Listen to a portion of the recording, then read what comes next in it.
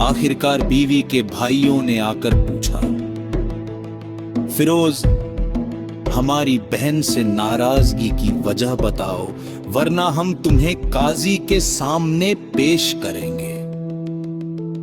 फिरोज ने कहा, जो करना है कर लो, मैंने उसका हर हक अदा किया है। मामला काजी की अदालत में पहुंचा। इत्तेफाक से उस वक्त बादशाह भी काजी के पास बैठा था।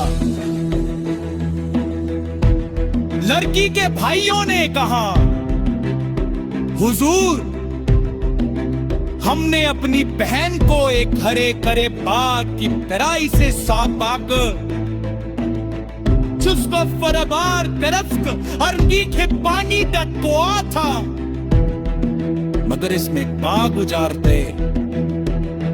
काजी ने फिरोज से पूछा, क्या कहना है तुम्हारा?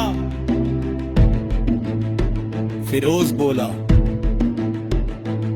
मेरे बाप उसी हालत में वापस किया, पल के कहने से कहकर हालत में। काजी ने भाइयों से पूछा, क्या ऐसा है? उन्होंने कहा, जी हाँ, मगर बजट चाहंगा चाह के है। काजी ने फिरोज ने कहा, अब वजह बता।